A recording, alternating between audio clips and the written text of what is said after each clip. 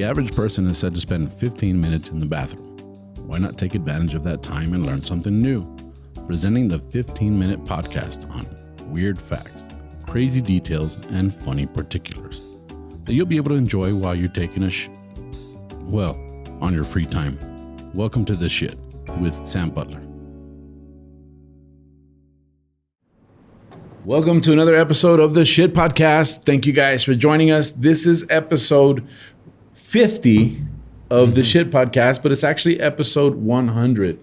If you combine all the Spanish episodes with all the English episodes, this is our 100th episode. And so thank you guys for joining us. I have a very special guest, a good friend of ours. You guys have seen him on previous episodes. Eduardo, Lolo Espinosa, thank you for being back. Congratulations on 100, man. I appreciate it, man. It's been interesting, you know. We started this podcast because I like random facts. People always told me, you know, Sam, you have all these random facts. And when the pandemic hit and we didn't know what to do, we didn't have any stand-up going on, I was like, what could I do a podcast about? Could I do one about welding? Could I do one about comedy? There's a lot of comedy podcasts out there, and they're cool and all, but I think the market's oversaturated. I said, you know, I should do something about what I like, and I like random facts. And I like learning, so this is also for me. It's not just for you, you know, listeners. Nice. I enjoy learning stuff, and I've learned a lot. I mean, there's a lot of things out there that you go, wow, so much to know. So this particular episode, I know you're going to go, what the heck are we talking about? And I figured it was okay for our 100th episode. It's a little sensitive topic for some people, and if the shoe fits, well, I can't help you with it. Okay. But we're actually going to be talking about kissing cousins. Okay. Right. Lately, and it's weird that I came across this fact. It was when I was researching another episode, I came across this and I thought, okay, we should do an episode about this. But lately, now that stand-up comedy is back and I'm working in Mexico, there's a lot of jokes about people in Monterrey marrying their cousins. Oh yeah, right? that's like I don't know if is that like just a. I think it's kind of like the same thing with the U.S. and the South. Like okay, it's kind of like the same stereotype. Oh, okay, like Alabama and stuff like that. Mm-hmm. Like your wife is your sister and stuff like that. Something like that. Yeah, but is it legit? I mean, do you see that very often? I don't know. I mean, I haven't seen it. I mean, I've only seen jokes. There's this thing where they say like, "Oh no, we just call everybody primo," which is cousin. So. Oh, okay. So that's where that comes from. Yeah, I mean that's what they say. Maybe they're covering up. We don't. Maybe they're covering up. It's a hiding in plain sight. Yeah, yeah, it's an alibi. Yeah. But I know that isn't that uncommon. Even in today's society, it's not uncommon. I know that there's a lot of people in the Middle East and Middle Eastern communities that still practice that.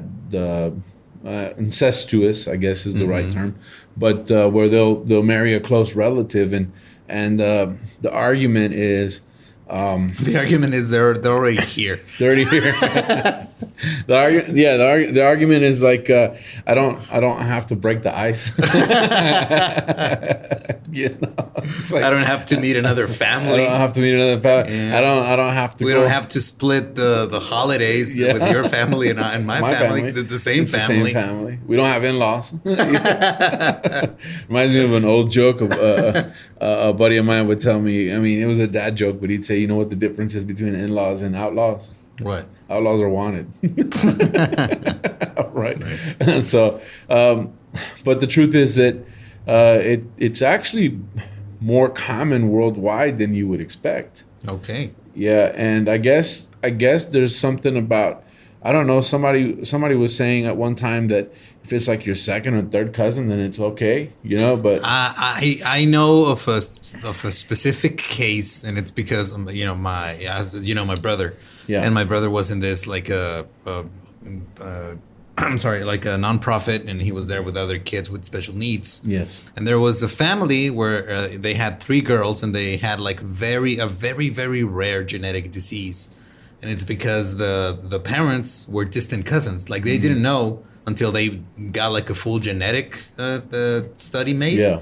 And they were distant cousins, not second or third. They were like fifth removed or something. Wow. And even then, like it was like one in a million, but it was terrible. And then the kids were like that. The specific genetic disorder that they had was like 1 in 10 million or something. Wow. And then the 3 of them had it, and it was because of this specific pairing of distant cousins. You know, if somebody's saying like, oh yeah, if it's your second or third cousin, it doesn't matter. It's because they're fucking their second or third cousin. Yeah. And they're justifying it. Yeah, I know that in my house with my family that was totally unacceptable. Oh shit! I actually have an anecdote about my dad that my mom just told me recently.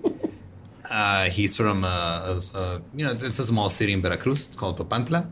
And he was out in the town, I don't know, he met a girl and they were hanging out and, he sort of liked her. I can already see where it's going. Yeah. Yeah. And they're like, oh yeah, well, let's go to my parents' house. And then he goes like, oh yeah, my uncle lives around here. Oh shit. That's his house. That's his house. So yeah. Wow. Yeah.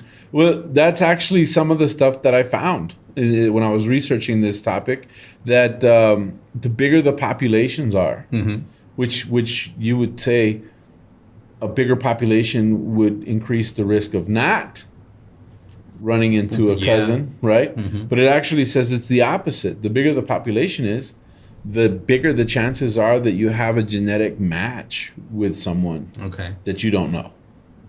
So like the increases the percentages, and I had the details written out here, but so that's one of the things that they're talking about, like in countries where there's huge populations, that you could end up with a distant cousin and never have met them, and I think that's weird. There was one case that came out not too long ago where they found out they were brother and sister.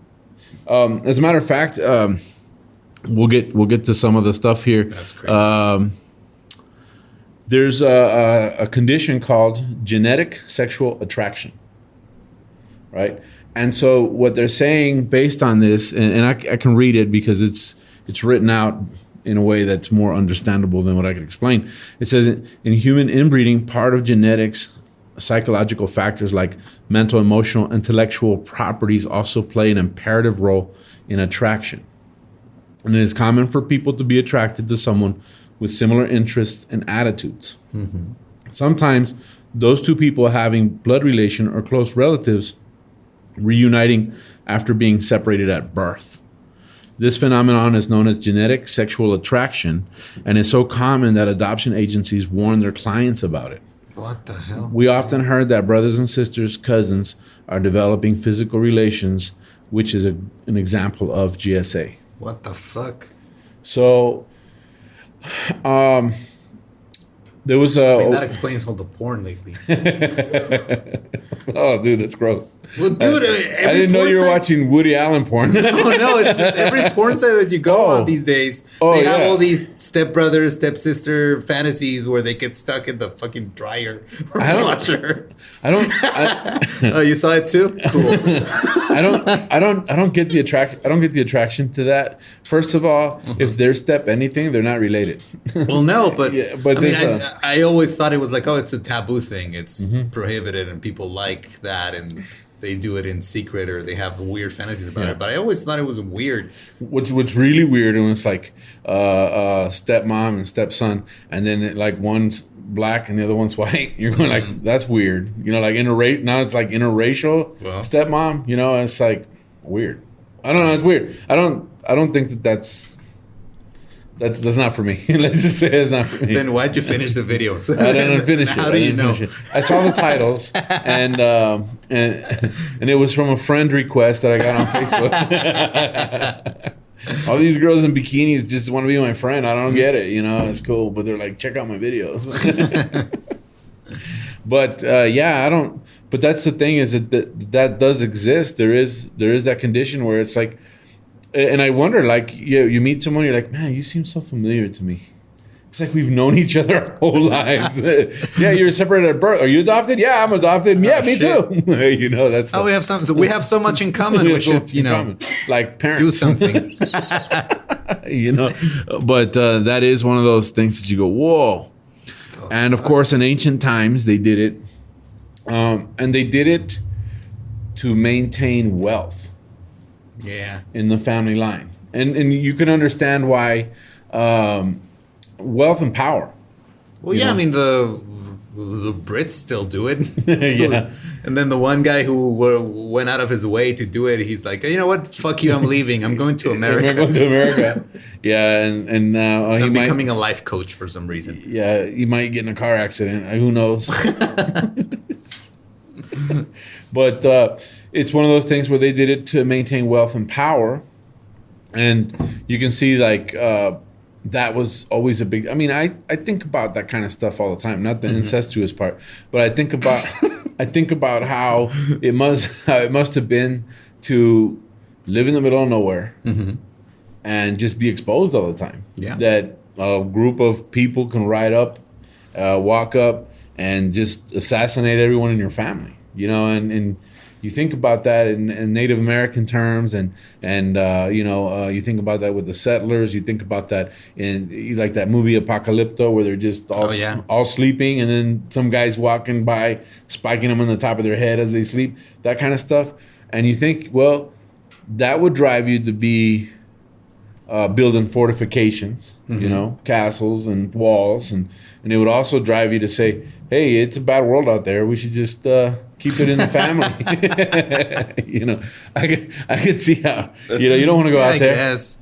They spike people out there, you know, in the top of their head, you know, but that's something that, you know, King Tut is a good example of that. I think that as a kid, you always heard of King Tut, the Pharaoh, you know, and you find out that, yeah, he was super inbred and he had a lot of physical abnormalities, you know, they've done recreations of him. Like he was born a mummy. He was born a mummy. I think he died at a very young age too, right? Sure. One of the guys that you would not think of, though, that is associated with incest or marrying within the family is Charles Darwin. What? Yeah. Charles Darwin, he's one of these guys that and here's what the article said. He was the first to reckon that if incest would cause defects in next generations or not. So he's sitting there thinking, does this cause defects or not? Let's try it. There's only one way to find out. There's only one way to find out, and this is for science, you know. So he married someone within his group, within his family, doesn't specify. It was his first cousin.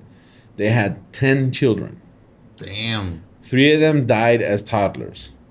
Another 3 of them were unable to reproduce themselves. And after this, another cousin, Francis Galton, pointed out to the dangers of marrying within the clan or the family, not the KKK, within the family. That's kind of dangerous too. That's a different kind of danger. But that's when they started analyzing. For whatever reason, Darwin started analyzing plants to find out more about inbreeding. I mean, you know, there's less, consequences, I guess. There's less consequences. Yeah. Yeah. I mean, so it's one of those things that he tried to research. And as an evolutionist, I guess that would make sense. Yeah, I guess. I mean, you look at the animal kingdom, and they inbreed all the time. Yeah. If you have a dog and it's in heat and the dog's dad's there, it doesn't have any morals. It doesn't say, "Hey, that's my daughter," you know. And it's the same thing with. Based on Darwin's theories, we're all animals, you know. So why not? I don't think that's the correct takeaway for this episode. Yeah, I'm saying that's Charles Darwin's perspective. Yeah. Let me see. It was a big part of ancient times. Human inbreeding was a prominent part of the culture. It was very popular in the Greco-Roman period. At that time, the sibling or cousin marriages were common among all the classes in Egypt. The ancient Egyptians believed that this concept in order to keep the Ptolemaic blood pure. So there is that this is how we keep our blood pure by all being of the same bloodline. Which is, I mean, which is the opposite. yeah, no, you're not. So Cleopatra married her younger brother Ptolemy, and their parents, Cleopatra and Ptolemy, were also brother and sister. What the fuck? All right. So this is a double deal. King Louis. So it's your mom and your mom and dad are brothers, and what? Okay. and you marry your brother. So you're cousins, but you're also your brother and sister. You're also married, so your in-laws are your parents. That's just. I'm gonna need a diagram. For You're this. also cousins. Damn. Yeah, actually, I knew of a case where a girl dated one dude, and then she had his baby, and then by total accident, she starts dating another dude from another different city. Turns out they're cousins, and she had that guy's baby too. So her 2 kids were also cousins. Wow. Right? It's weird. So I'm like, there goes the brother-sister cousins. We're not even in Alabama. What's going on? No offense to the people in Alabama. Louis the 14th. Let's see. He's the 12th generation of ancestors, of incestuous ancestors. He was descended 368 times from Louis the Ninth. So there was 368 connections to Louis the Ninth. Wow. Right? That's fucking weird. Yeah. And so they found that there's a lot of things that happen in incestuous relationships. You know, of course, there's the one of the things that they don't really talk about is they also get to the point to where they can't reproduce. Okay. Right? So sterilization is one of the side effects. Yeah, because nature is like, dude, seriously, just fucking stop it. Yeah. You're a liger now. you can't have another liger. That's it. So we talked about the population. There was one. Also, it's reduced severely now. Western culture has actually reduced this practice over time. But I had But didn't like Jerry Lee Lewis marry his cousin or something? Maybe. I think so. Was it Jerry Lee Lewis? Yeah. See? Yep. And she was like underage too, right? 13. 13? Motherfucker. Well, cousin fucker. Here's one of the Underage cousin fucker. Here's another deal. A more recent survey found that couples who possess similar genetic properties, they have the lowest form of sexual satisfaction. So in that Back to the Future scene when he kisses his mom, she's like, "It's like I'm kissing my brother." You know, that's pretry much what happens. When you really think about that scene, it's fucking it's creepy. weird. Yeah, it's creepy. It's just what? Yeah. So let me see. Because, I mean, she knows that his son looks just like the guy she almost fucked in high school. Like that. Yeah. That's just weird. Yeah, she's like, I'm going to name you Marty. After that guy, I almost... Yep. Man, it's weird, right? It is weird. I mean, there's some holes in the plot. Let's talk about that. But, okay, so let's see. There's... it's not only the royals that wanted this. It was also different people of the economist and patriarch of major manufacturing family, Pierre Samuel Dupont, wasn't afraid to admit that his plan for his lineage, when he wrote in 1810, marriages I should prefer for our colony would be between the cousins. That way we should be sure in honesty. We would be sure of the honesty and soul and purity of the blood. So even industrialists were saying, we got to keep it in the family. That Like, way. how greedy do you have to be? Yeah. Well, I think it was just a mindset. It was like, hey, we just stick to ourselves. We're good people, you know. The Rothschilds, stick it to ourselves. We're sticking it to ourselves. We're sticking it real good. Yeah. Mayor Amschel Rothschild guaranteed that for his daughters and granddaughters to find a wealthy, suitable husband, they'd have to look among their cousins, right? And so there was pairings amongst the cousins on the Rothschilds. And then they go ahead and they criticize arranged marriages. Yeah. Like, what the fuck? Yeah, this was one that got me. It was the House of Habsburg, a German German royals. They made up one of the principal dynasties of the of Europe. I don't know why I'm reading like this today. From the 15th to the 20th century, marrying members of the branch of the family to members of another, the Habsburgs held on to power for centuries. Wasn't that like the one guy who came to be emperor in Mexico, Maximiliano? He was from Habsburg. Was he? Yeah, I don't know if it's from the same lineage. From the same lineage? Maybe. That's something to research. Yeah. They also passed down genetic abnormalities that would eventually end their family line. There were outward illustrations of the abnormalities, so they had physical conditions, right? The Habsburgs' tendency to marry their own. Their jaw was frequently pictured in the royal portraits. Through incestuous marriages, they were long suspected that were the root of this jaw. Right. They had I guess they had a really square jaw, you know. So they had like an underbite? They had like a big underbite. And it said that they suspected that was a part of it and they didn't know for sure. But then in 2019, they investigated the inbreeding coefficient. The average Habsburg measured to have 0.093 inbreeding coefficient, meaning that about 9% of their maternal and paternal genes were identical. So about 10%. Charles II, the childless and final Habsburg king, had an inbreeding coefficient of 0.254, so he's 25%. And he was described by the British envoy Alexander Stanhope as swallowing all he eats whole, for neither his jaw stands so much out that his 2 rows of teeth cannot meet. What the fuck? Yeah. So he just couldn't close his mouth. Yeah. So he swallows everything whole. And so that was an example of the House of Habsburg where it was such a physical. And now I want to research the House of Habsburg and look at their royal portraits. I think of the little termites on motorcycles on the Tom and Jerry cartoons. So that's what happened. And of course, Queen Victoria and Prince Albert also suffered from hemophilia, a complication from the disease, and it claimed one of their kids. So this is something that I thought was a very interesting subject to talk about for our 100th episode.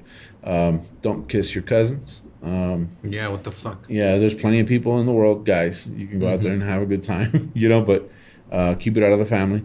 And with that being said, this wraps us up for this episode. Thank you guys for joining us. Thank you for following and subscribing. Thank you for being my guest. How can people find you on social media? I'm everywhere as Ningún Eduardo. Ningún Eduardo. And I'm Tu Amigo Sam. That's Tu Amigo Sam on Facebook and all the different social platforms. And my channel on YouTube is also Tu Amigo Sam. And I'm on Spotify and different platforms for podcasts as Está Cagado Podcast, even though we're in English and we're the shit, which is... we don't have our own channel on platforms. It's all on the same channel. So thank you guys once more. This is our 100th episode. There's 13,000 subscribers now on my YouTube. When I started this podcast, it was 10. So I really appreciate you guys keeping up. Los Cagadienses is our official group on Facebook. Thank you guys for all the comments, the positive vibes, the memes. We appreciate them. Thanks to all the guys that teach English and use the podcast as a teaching aid. That's a huge honor. If anything at all, that makes it worth it. So thank you guys very much, and a big shout out to our family here, Producciones Sin Contexto, and all the guys on all the different projects having me on and coming on here. It's been a blast. With that being said, we're going to start doing stand-up comedy nationwide, internationally. We're going to be touring in Mexico and the U.S., because everybody's getting vaccinated. And with that, we're going to have some changes in the format. There'll be some episodes where I won't have a guest because I'll be on the road and I will be shooting it in my hotel room. And I'll try and do a good job. I'll have witty remarks to myself and and laugh at my own jokes. but it makes it worth it because you guys will be with me. And with that being said, thank you guys for 100 episodes, and that's this episode of the Shit Podcast.